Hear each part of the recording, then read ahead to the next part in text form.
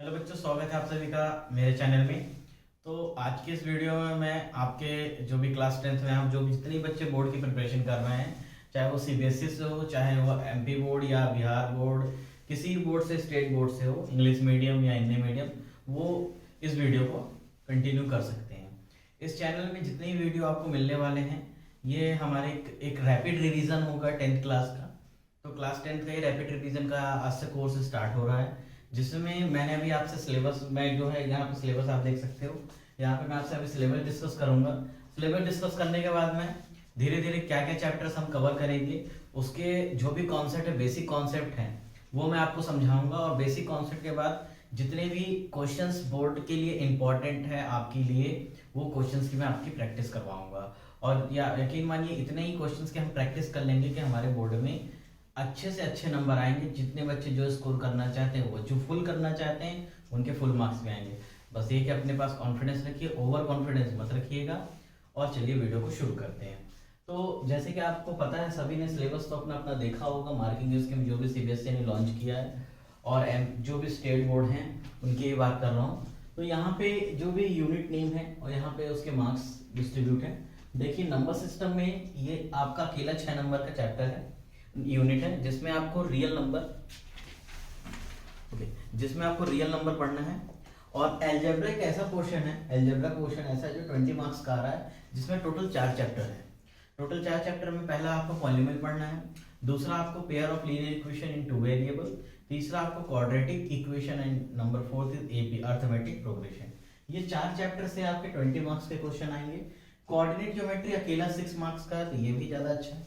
मतलब इसमें अगर हम बोले तो इसमें अगर चैप्टर्स की अगर मैं बात करूं, चैप्टर्स, नंबर ऑफ चैप्टर्स, अगर बात करूं नंबर ऑफ चैप्टर्स की, तो इसमें एक चैप्टर है टोटल, इसमें है हमारे टोटल 4 चैप्टर, इसमें भी एक चैप्टर है अकेला, कोऑर्डिनेट ज्योमेट्री है। ओके, इसके बाद बात करेंगे ज्योमेट्री पोर्शन में। इसमें 2 चैप्टर हैं आपके, ट्रायंगल्स हैं एंड सर्कल, ट्रायंगल और सर्कल है। ट्रिग्नो में भी 2 चैप्टर हैं। तो ट्रिग्नो में 2 चैप्टर हैं, कौन कौन से, 8 चैप्टर है, 9 chapter. Trigonometric identity, basic trigonometric ratio and उसके identities and height and distance. इसके बाद ट्रिग्नोमेट्री वन मेंसुरेशन की अगर मैं बात करूँ, मेंसुरेशन में भी 2 चैप्टर है, जिसमें आपका पहला है area related to circle, ARC, and number second है जो सरफेस एरिया वॉल्यूम है। तो इसमें 2 चैप्टर हैं। And last one is statistic probability. ये तो नाम में ही समझ में आ रहा है, इसमें भी हमारे 2 चैप्टर है, स्टैटिस्टिक्स पढ़ना है और प्रोबेबिलिटी। तो ये दोनों एक एक चैप्टर है और 6 मार्क्स के आ रहे हैं ये यूनिट, और इसमें अकेले एक एक चैप्टर है, तो ये अच्छे से आप कवर कर सकते हैं। तो हम अपनी जर्नी में आपको सारे कॉन्सेप्ट अच्छे से पढ़ाने वाला हूँ इस वीडियो में। यहाँ से जो भी आपको ये प्लेलिस्ट मिलेगी इस चैनल में, आपको सारे आपकी इसी साल की जो भी आपके 10th बोर्ड की प्रिपरेशन है, वहाँ से आप यहाँ से कर सकते हैं। और जो भी आपके फ्रेंड्स हैं उनको भी आप ये वीडियो या ये चैनल शेयर कर सकते हो। चलो, तो मैं बात करूंगा पहले अलजेब्रा से। तो जो भी चैप्टर मैं सेलेक्ट कर रहा हूँ, पहला मैं सोच रहा हूँ कि pair of linear equation 2 variable या क्वाड्रेटिक इक्वेशन से मैं चालू करूँ, कि या तो मैं, और हम अलजेब्रा को पोर्शन को हम कंप्लीट करें। तो अलजेब्रा पोर्शन में अगर मैं पहले बात करूंगा तो मैं पेयर ऑफ लीनियर इक्वेशन से ही चालू करूंगा, देन क्वाड्रेटिक इक्वेशन, क्वाड्रेटिक के बाद मैं अर्थमेटिक प्रोग्रेशन, और इसके बाद मैं पॉलिनोमियल पढ़ाऊंगा, क्योंकि पॉलिनोमियल जल्दी खत्म हो जाएगा। मतलब जो आपको जल्दी समझना है, थोड़ा टाइम लगेगा, तो उसको हम पहले कवर करेंगे ना। इसके बाद फिर हम धीरे धीरे जितने भी यूनिट्स हैं उनकी हम बात आपसे करने वाले हैं। तो चलिए स्टार्ट करते हैं हमारी जर्नी को। आप मेरे साथ बने रहिए पूरे वीडियो में, और चलिए अपनी जर्नी शुरू करते हैं।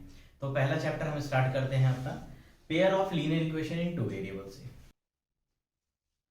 तो बच्चों, ये चैप्टर 3 है हमारा, pair of linear equation in 2 variable. तो चलिए इसके कॉन्सेप्ट, बेसिक कॉन्सेप्ट को फटाफट उसके रिवीजन करते हैं और क्वेश्चंस की प्रैक्टिस करते हैं। तो जैसे कि आपको पता है, pair of linear equation 2 variable, ये चैप्टर का नाम है। इस चैप्टर के नाम में ही बहुत कुछ छुपा हुआ है, तो देखते हैं और इसको समझते हैं। पेयर मतलब होता है बेटा जोड़ा, कि पेयर मतलब क्या होता है, जो भी पेयर में होते हैं, 2 के पेयर में होते हैं सब। और लीनियर इक्वेशन मतलब होता है लाइन इक्वेशन, लाइन की इक्वेशन। लीनियर इक्वेशन की अगर बात करूं, तो लीनियर इक्वेशन मतलब होता है लाइन इक्वेशन, ठीक है, लाइन इक्वेशन। या हम कह सकते हैं कि वो इक्वेशन जिसमें मैक्सिमम मैक्सिमम डिग्री जो होती है, मैक्सिमम डिग्री, या हम पावर कह लें, ऑफ वेरिएबल, वो कितनी होती है, वो 1 होती है। तो हम उसे कहते हैं लीनियर इक्वेशन, और लीनियर कहते हैं।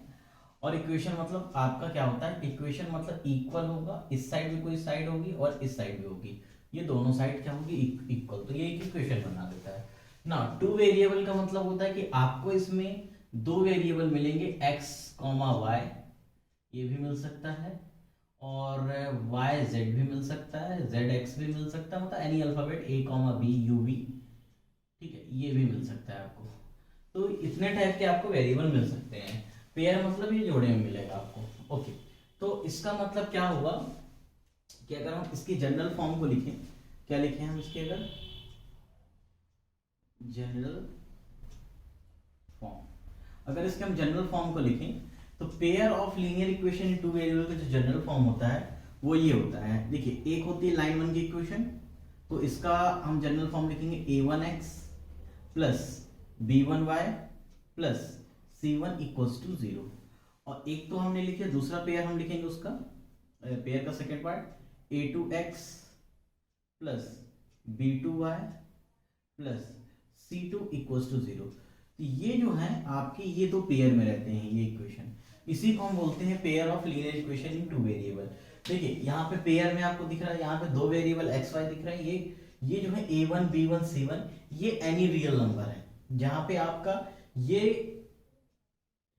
a1 कोई भी रियल नंबर हो सकता है जो कि x के साथ होगा, b1 कोई भी रियल नंबर हो y के साथ, ये कांस्टेंट टर्म है, कोई भी हो सकता है। और a1 और a2 का मतलब है इसका नंबर अलग होगा, इसका नंबर अलग होगा, ये अलग होगी, ये अलग होगा, किसी केस में सेम भी हो सकते हैं। तो ये अलग अलग को शो कर रहा है, राइट में ये इक्वेशन अलग है, ये इक्वेशन आपके अलग है, और टू वेरिएबल आपको दिख रहा है। तो ये कंप्लीट आपका बना pair of linear equation in two variable. ना आपको जैसे मैंने बताया, लीनियर इक्वेशन मतलब होता है कि ये लाइन की इक्वेशन होती है। किसकी इक्वेशन होती है, कि लाइन की इक्वेशन होती है। तो लाइन की इक्वेशन मतलब अगर मैं इस इक्वेशन की बात करूं, इससे एक लाइन ड्रॉ होगी, ओके, इससे एक लाइन ड्रॉ होगी, लाइन L1, और इससे एक लाइन ड्रॉ होगी जिसे हम बोलेंगे लाइन L2। अब इस चैप्टर में करना क्या है आपको, कि लाइन L1 और लाइन L2, ये जो पेयर हम पढ़ रहे हैं इक्वेशन में, आपको इसका ग्राफ बनाते आता होगा।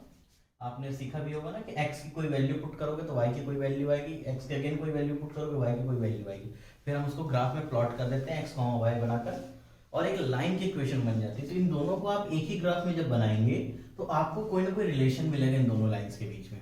तो देखिए कितने टाइप के वो रिलेशन मिलते हैं। तो relation between this two line क्या क्या होते हैं, relation between L1 and L2। तो पहला क्या हो सकता है, लाइन आपको कैसे दिखेगी, तो ये लाइन एक दूसरे को इस तरीके से, एक लाइन मान लीजिए ऐसे चल रही है L1, और एक लाइन कुछ यूं आई और ऐसे निकल गई लाइन L2। तो ये दोनों एक दूसरे को एक पॉइंट पर आके इस पॉइंट पर इंटरसेक्ट करेंगे, जिसे बोलते हैं इंटरसेक्टिंग पॉइंट,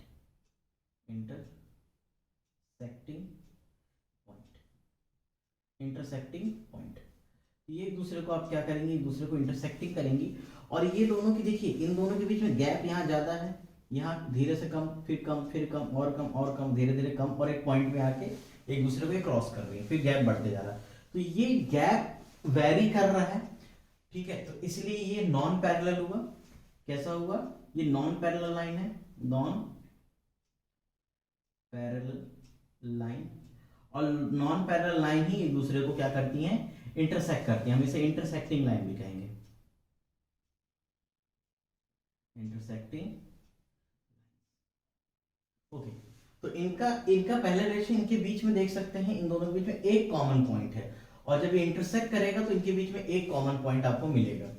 ओके, तो ये कॉमन पॉइंट होता है जो दोनों ही इक्वेशन को सेटिस्फाई करेगा। जैसे आप इस लाइन को बनाओगे ग्राफ में, तो यहाँ कहीं x, y आएगा, और यहाँ पे कहीं आएगा x, y आएगा, x1, y1 आएगा, इसका अलग आएगा पॉइंट, इसका अलग आएगा, इसका अलग आएगा, और ये दोनों का एक कॉमन पॉइंट आएगा, इन दोनों का एक खुद का एक कॉमन पॉइंट होगा एक्स वाई जो पॉइंट होते हैं इन लाइंस के ऊपर, अगर यहाँ x की वैल्यू y की वैल्यू रखोगे, ये इक्वेशन को सेटिस्फाई कर देगा। तो ये जो कॉमन पॉइंट है, जहां पे एक ही पॉइंट दोनों के हैं, मतलब ये एक्स वाई दोनों के लिए सेम है, दोनों के प्लेस पर सेम एक्स वाई आप रखोगे, दोनों इक्वेशन एक ही वैल्यू पर सेटिस्फाई कर देगा, एक ही एक्स पर एक ही वाई पर सेटिस्फाई कर। सेटिस्फाई मींस ये इक्वेशन यहाँ पे इक्वल जीरो आप रख के सॉल्व करोगे, जीरो से इक्वेट हो जाएगा, ये इक्वल जीरो, ये भी जीरो से इक्वेट हो जाएगा। तो इसमें एक हमको इंटरसेक्टिंग में एक कॉमन पॉइंट मिलता है, जिसे हम बोलते हैं यूनिक सॉल्यूशन, ये भी हम आपको बताएंगे अभी। सेकंड जो रिलेशन हो सकता है ये लाइन एक दूसरे को इंटरसेक्ट ना करें। इंटरसेक्ट किस केस में नहीं करती? जब ये लाइन एक दूसरे को मीट नहीं करेंगी। मीट न करने मतलब ये दोनों एक दूसरे से एकदम पैरेलल चलेंगी।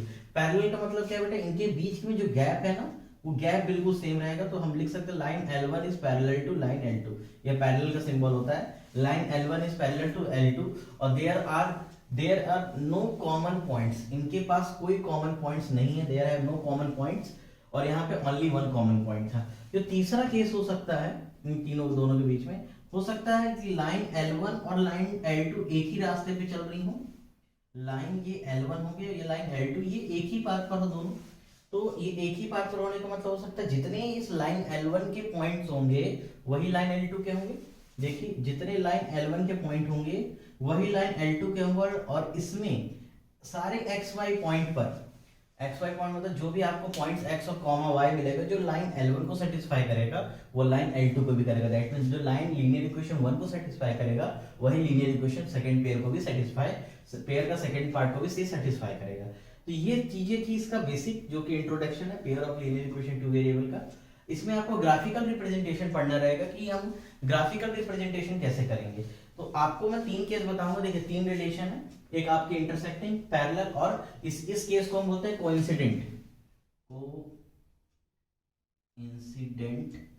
लाइन। ये कोइंसिडेंट है, इसको हिंदी में हम कहेंगे संपाती और ये आई थिंक पैरेलल को हम बोलेंगे समांतर रेखा और ये आपकी प्रतिच्छेदित रेखा ना। चलिए इसको आप, इसका स्क्रीनशॉट है, इसको नोट करेंगे। इसके बाद मैं फर्दर इसके आगे कॉन्सेप्ट हमको ग्राफ में, देखिए इसका मैं आपको अभी ग्राफ यहाँ पे नहीं बताऊंगा कि ग्राफ कैसे बनाना। थोड़ा सा आपको पता होगा ग्राफ कैसे बनाया जाता है, अगर नहीं पता तो आप कमेंट करिएगा, मैं आपको उसकी वीडियो अलग से दूंगा। हालांकि इसमें आपको ग्राफ जो ड्रॉ करना रहेगा, आपको मैं क्वेश्चन दूंगा, वैल्यूज निकाल के आप ग्राफ को ड्रॉ करके देखेंगे। 3 केस, एक केस में इंटरसेक्ट करेगा, एक केस में पैरेलल, एक केस में कोइंसिडेंट होगा। बट विदाउट ग्राफ हम चेक करेंगे कि कौन सा इक्वेशन इंटरसेक्टिंग का होगा, कौन सा इक्वेशन पैरेलल होगा, कौन सा कोइंसिडेंट लाइन बनाएगा। तो चलिए इसको नोट करने के बाद मैं इसकी आगे कहानी आपको बताता हूँ। चलिए स्क्रीनशॉट ले लीजिए और इसको नोट कर लीजिए।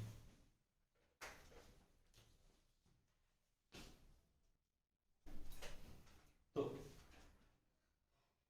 ठीक है, तो अभी आपने देखा पेयर ऑफ लीनियर इक्वेशन का जनरल फॉर्म, जो कि क्या होता है। ये जो जनरल फॉर्म होता है ये होता है आपका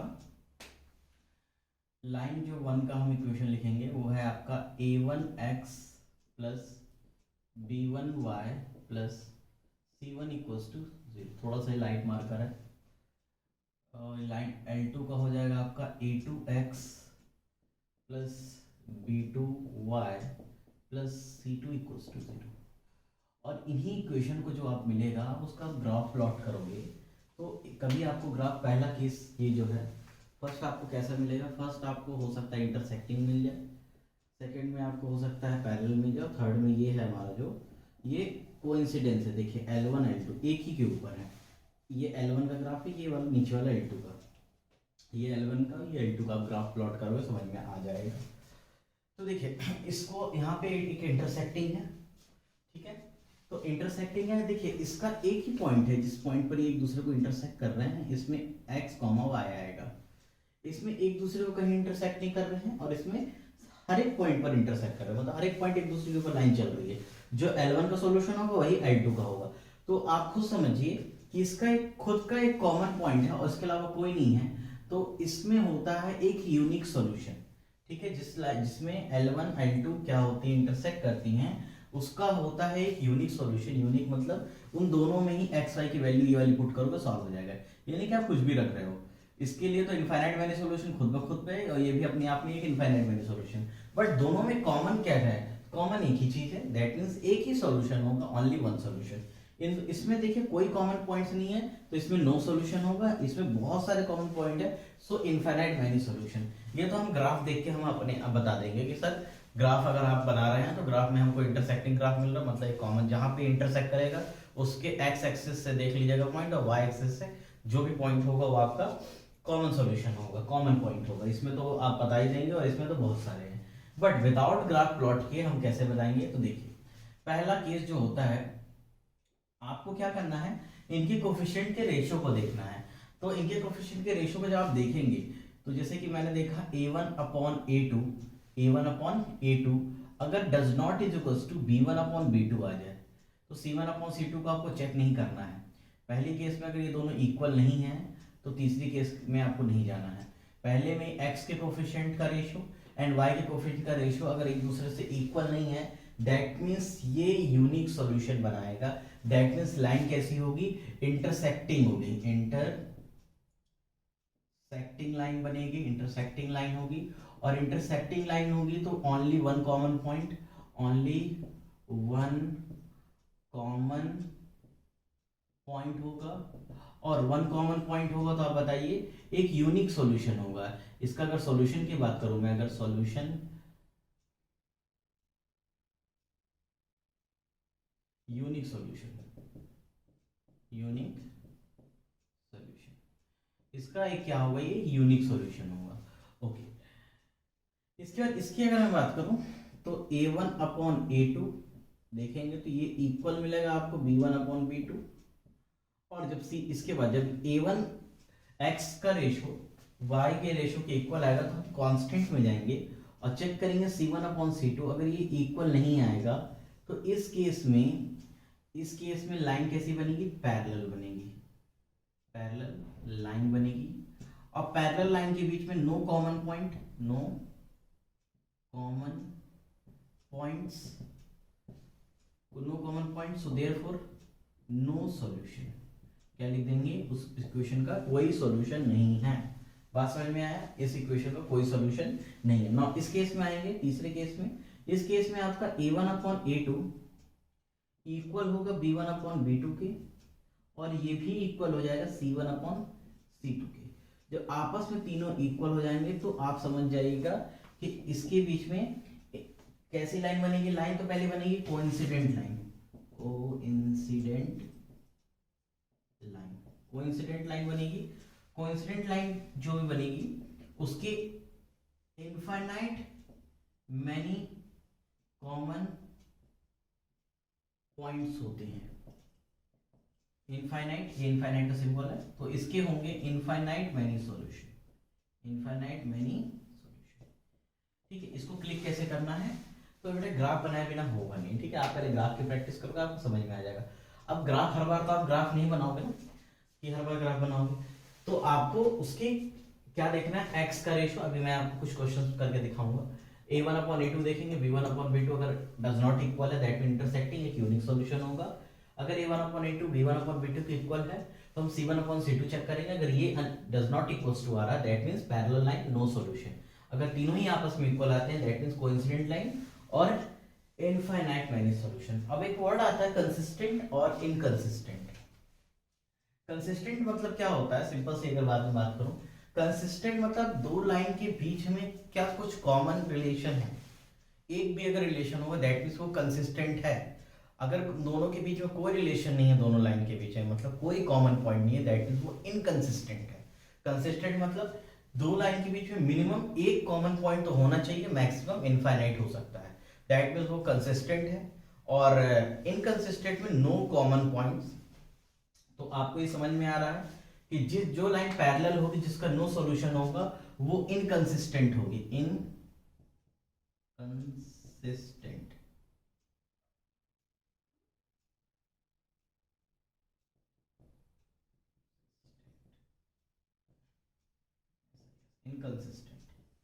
इनकंसिस्टेंट होगी। और ये वाली होगी आपकी, इसमें देखिए एक कॉमन पॉइंट है तो ये कंसिस्टेंट है। तो ये वाली क्या है, ये कंसिस्टेंट का केस है, कंसिस्टेंट, ये कंसिस्टेंट है, ये आपकी इनकंसिस्टेंट है। और इसमें तो बहुत सारे कॉमन पॉइंट है तो ये भी आपका क्या होगा, कंसिस्टेंट। ये क्वेश्चन बोर्ड में आता है एमसीक्यूज में। और ये आपका इनकंसिस्टेंट और ये आपका कंसिस्टेंट, दो कंसिस्टेंट का केस है।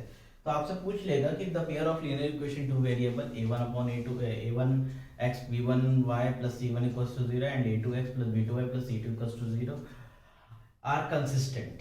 ठीक है, ये अगर कंसिस्टेंट है, number one option, these are parallel, intersecting या कोइंसिडेंट या बोथ, या ऐसा लिख सकता है इंटरसेक्टिंग या कोइंसिडेंट, तो आप ऑप्शन क्या लगाएंगे, इंटरसेक्टिंग और कोइंसिडेंट। ओके, कोइंसिडेंट भी होती है और इंटरसेक्टिंग भी होती है, आया हुआ क्वेश्चन है, तो इस बात का आप ध्यान रखेंगे, इसको नोट डाउन करेंगे, इसका स्क्रीनशॉट लेंगे।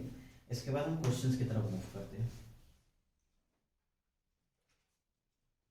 बच्चों यहाँ पे 3 इक्वेशन लिखे हुए हैं, तो इन 3 इक्वेशन को देखेंगे और इन 3 इक्वेशन में हम चेक करेंगे कि कौन सा हमारा जो इक्वेशन है वो कंसिस्टेंट सिस्टम का है और कौन सा जो सिस्टम ऑफ इक्वेशन है इनकंसिस्टेंट है। दैट मीन्स एक इंटरसेक्टिंग भी चेक हो जाएगा चेक, और इनफाइनाइट अगर मैनी सॉल्यूशन होगा तो कोइंसिडेंट होगा, एंड देन पैरेलल होगा तो नो सॉल्यूशन होगा। तो चलिए कैसे चेक करना है मैं आपको समझाता हूँ, ध्यान से देखिएगा। तो सबसे पहले तो इक्वेशन जो भी दिया है इसको आपको जनरल फॉर्म दैट मीन्स इस फॉर्म में लिखना है। किस फॉर्म में इसको लेकर आना है, a1x plus b1y plus c1 equals to 0, a2x plus b2y plus c2 equals to 0। देखिए ये c1 और c2 दोनों इस साइड में हो सकते हैं, इस साइड में हो सकते हैं, कोई फर्क नहीं पड़ता उससे, ठीक है। तो साइन का अंतर होता है, साइन दोनों कैंसिल हो जाता है, अगर दोनों इस साइड होंगे तो माइनस फॉर्म कैंसिल हो जाएंगे, दोनों साइड पॉजिटिव जाएंगे माइनस तो पॉजिटिव हो जाएंगे, दोनों साइड माइनस होंगे तो इधर आएंगे पॉजिटिव, या एक प्लस माइनस होगा, ऐसा हो सकता है। लेकिन फर्क ये है कि C1 इस साइड ही होना चाहिए, C2 भी तो इस साइड होना चाहिए, या C1 उस साइड है तो C2 को भी आपको उस साइड करना पड़ेगा, और कोई दिक्कत नहीं है। तो इस क्वेश्चन को देखेंगे, इस क्वेश्चन में अगर इसके जनरल फॉर्म की मैं बात करूं तो देखिए इसमें x का जो कोफिशिएंट है यहाँ पे क्या दिख रहा है आपको, कुछ नहीं, दैट मींस वहां पे 1 है, जीरो नहीं बोलेंगे, जीरो होगा तो ये पूरा जीरो हो जाएगा। बहुत बच्चे बोलते सर कुछ नहीं वहां पे, ऐसा नहीं है, वहां पे 1 है, याद रखिएगा। तो ये हो गया 1 into x minus 5 into y, और यहाँ पे देखिए जीरो है, यहाँ कोई कांस्टेंट टर्म नहीं है, दैट मीन कांस्टेंट टर्म हो गया प्लस का 0 इक्वल्स टू 0। क्लियर, इसका लिखेंगे, ये है 4 into x minus 4 into y और माइनस 8 इक्वल्स टू 0। अब मैं इसको अगर कंपेयर करूं तो इसमें मेरा a1 क्या है, a1 is equals to 1, b1 क्या है, तो b1 देखिए वहां प्लस by है तो यहाँ माइनस है, तो b1 हमारा हो जाएगा माइनस का 5, साइन के साथ लेना है, और c1 हमारे पास कुछ नहीं, दैट मीन 0। फिर हम चेक करेंगे a2 क्या है 4, b2 minus 4 and c2 is minus 8। a1 आप पहली इक्वेशन लेंगे, b1 पहली इक्वेशन तो c1 पहली इक्वेशन, दूसरी इक्वेशन से आप a2 b2 और c2 लेंगे। इसके बाद हम इनके रेशियो को देखेंगे, क्या देखेंगे, इनके रेशियो को देखेंगे। तो हम चेक करेंगे a1 अपॉन a2,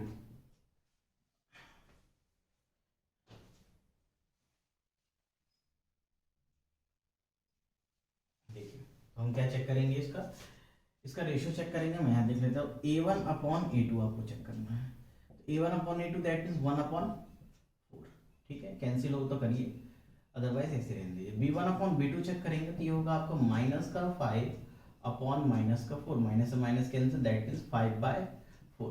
तो पहली इक्वेशन b1 तक आप रहेंगे, इसके बाद आप देखेंगे c1 की जरूरत पड़ेगी, यानी दोनों इक्वल होगा, दैट मीन्स c1 की जरूरत है, तो दोनों ही में देखिए आपका 1/4 डज नॉट इक्वल्स टू 5/4, तो आप लिखेंगे a1 upon a2 does not equals to b1 upon b2। That means हमारा क्या है, गिवन सिस्टम हैज अ, जो लाइन L1 N2 इंटरसेक्ट करेगा, given system has a unique solution, मतलब इस सिस्टम का इक्वेशन क्या होगा, एक यूनिक सॉल्यूशन देगा, क्या देगा, एक यूनिक सॉल्यूशन देगा। और आपसे पूछे ग्राफ कैसा होगा, तो इंटरसेक्टिंग लाइन होगा, इंटरसेक्टिंग लाइन होगा, और इंटरसेक्टिंग लाइन होगा, और सिस्टम का कैसा है आपका, ये है कंसिस्टेंट, कैसा है सिस्टम आपका, कंसिस्टेंट, सिस्टम का इक्वेशन कंसिस्टेंट है, यूनिक सॉल्यूशन दे रहा है, और ग्राफ इसका इंटरसेक्ट कर रहा है। ये चीजें हम इससे चेक करके रेशियो देखकर बता सकते हैं किसके कोफिशिएंट्स का। तो ये फर्स्ट हो गया। सेकंड में हम इसी तरीके से करेंगे। तो सेकंड में आप यहाँ पे मैं आपको बता रहा हूँ, सेकंड देखिए a1 क्या है हमारे पास 4 है, b1 क्या है 6 है, और c1 क्या है माइनस का 9 है। इसी तरीके से a2 क्या है 8 है, b2 12 है, और c2 जो है हमारे पास माइनस का 18। देखिए c1 इधर तो c2 भी हमने इधर ही लिया। अब इसका हम a1 a2 चेक करेंगे, इस क्वेश्चन को हम इसके बाद करते हैं, इसको हम बॉक्स में रख देते हैं साइड। इसका हमने चेक किया, इसका a1 अपॉन a2, देखिए a1 अपॉन a2 क्या है 4 upon 8, 4 upon 8, 4 1s are 4, 4 2s are 8, 1/2 आया आंसर। फिर इसका चेक करेंगे b1/b2, b1/b2 चेक करिए। 6/12, 6 1 6 6 2 1/2 ये आया, दोनों ही इक्वल आ रहा है। देखिए 1/2 1/2। तब हम C1/C2 पे चलेंगे। तो C1/C2 हमने देखा क्या था, माइनस का 9/18। देखिए माइनस का 9/-18, C1/C2 -9/- का 18। माइनस तो minus cancel, minus minus cancel, 9 1 sir है, 9 2 सर 18, तो ये आ गया 1/2। अच्छा इधर ये ट्यूबलाइट का जो भी लाइटिंग मैंने किया है, इसका रिफ्लेक्शन के कारण मैंने ये बनाया है, ताकि आपको वहाँ मैं लिखूंगा भी शायद दिखाई दे। खैर यहाँ तक तो आपको क्लियर है। ओके तो देखिए इसका A1/A2 1/2 है, B1/B2 भी है, दैट मींस ये भी। तो तीनों ही आपस में इक्वल है। A1/A2 equals to B1/B2 equals to C1/C2, that means इन तीनों का रेशियो इक्वल है। इसका मतलब आपका ये इनफाइनाइट मैनी सॉल्यूशन देगा।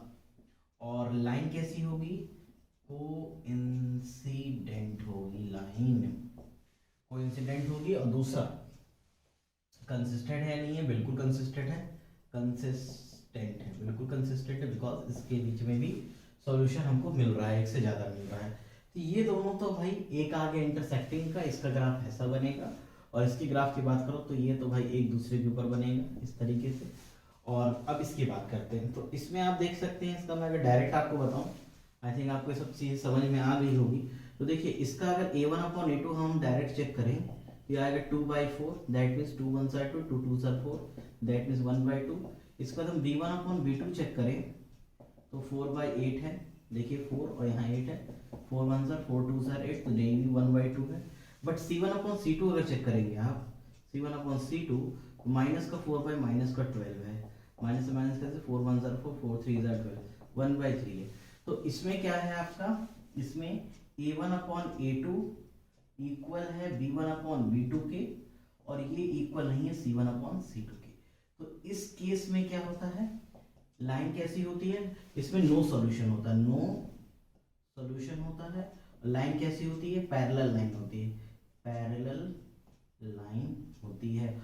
और सिस्टम का इक्वेशन कैसा होता है, इनकंसिस्टेंट, इनकंसिस्टेंट। जगह नहीं होने के कारण मैंने यहाँ लिखा है, उस साइड मैंने नहीं लिखा अभी। तो आप आई थिंक ये अगर आपको समझ में आ गया तो ये भी और ये भी आप समझ जाएंगे, आई होप। ओके तो इस तरीके से हम चेक करेंगे कि कौन सा इक्वेशन इंटरसेक्टिंग बना रहा है, दैट मींस यूनिक सॉल्यूशन दे रहा है, कौन सा सिस्टम पैरेलल है, दैट मींस नो सॉल्यूशन दे रहा है, कौन सा सिस्टम कोइंसिडेंट है, that means infinite many solution. और इसे हम कंसिस्टेंट और इनकंसिस्टेंट भी चेक कर पाएंगे ना। ये तो बहुत सिंपल चीज है। इससे रिलेटेड क्वेश्चंस कैसे बनते हैं वो हम इसके डिस्कशन हम नेक्स्ट वीडियो में करेंगे।